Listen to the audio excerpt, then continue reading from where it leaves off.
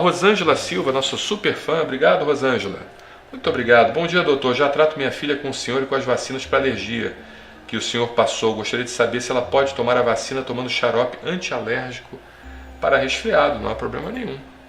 Né? Primeiro que a gente tem que entender o que é uma alergia, o que é um resfriado e o que é uma gripe. Então, essa sua pergunta foi muito boa para nós definirmos o que é alergia, o que é resfriado e o que é gripe.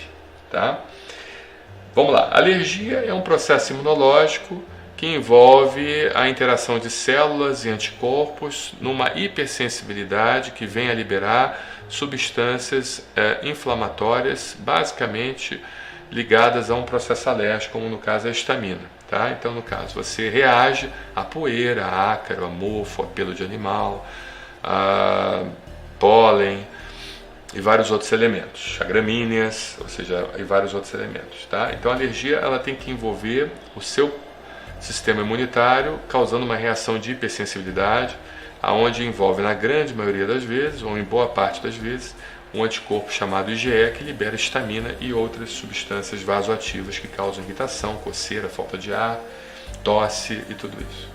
Tá? O resfriado ele causa sintomas muito parecidos com o processo alérgico, mas o agente causador desses sintomas não são os alérgenos, são os vírus. São vírus mais bobinhos, né? São vírus como rinovírus, vírus sincicial respiratório, adenovírus, ou seja, são vírus que não causam uma queda do estado geral importante do paciente, ou seja, ele não fica mal, não fica com febre, com dor no corpo, passando mal, nauseado, com fotofobia.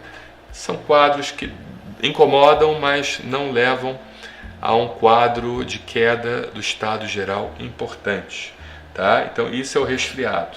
Pode causar uma febrículazinha, uma coisinha assim e tal. Mas existe também a gripe.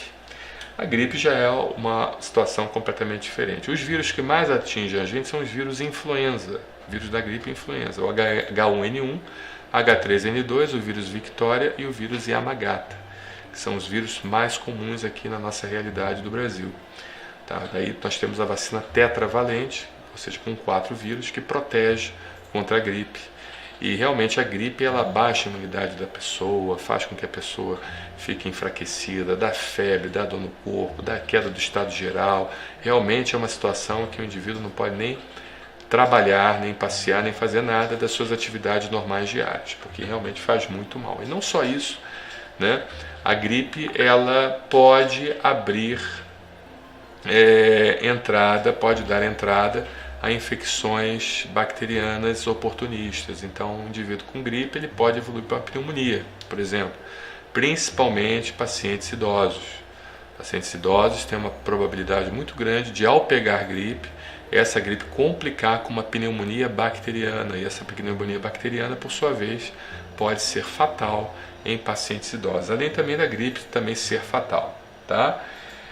Então, Rosângela, em relação a você fazer um xarope antialérgico para resfriado, assim, primeiro que resfriado não se trata basicamente com xarope antialérgico, né? Você até pode fazer um antihistamínico para diminuir, um antialérgico para diminuir um pouco o desconforto da pessoa, né? Mas os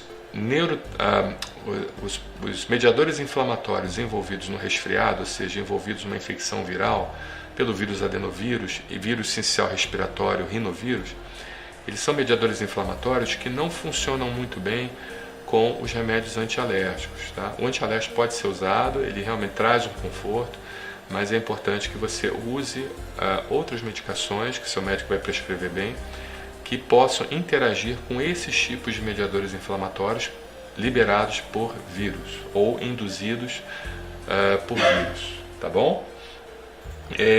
Mas nesse caso não tem nenhum problema de você fazer uso da vacina com o xarope, não há nenhum tipo de contraindicação. A vacina, por sua vez, ela só pode ser feita em paciente que não tiver febre. Então, se por acaso você está com resfriado e tem uma temperatura febril, você deve evitar o uso da imunoterapia, tá bom? Por quê? Porque a imunoterapia ela melhora a imunidade, ela aumenta a imunidade. E a febre é um sinal justamente que a sua imunidade está ativada, está extremamente ativada. Então você tem aquela liberação daquelas substâncias químicas que correm pelo corpo E aquilo ali é considerado pelo cérebro como se fosse um mentol, ou seja, é como se o cérebro interpretasse que o seu sangue baixou a temperatura.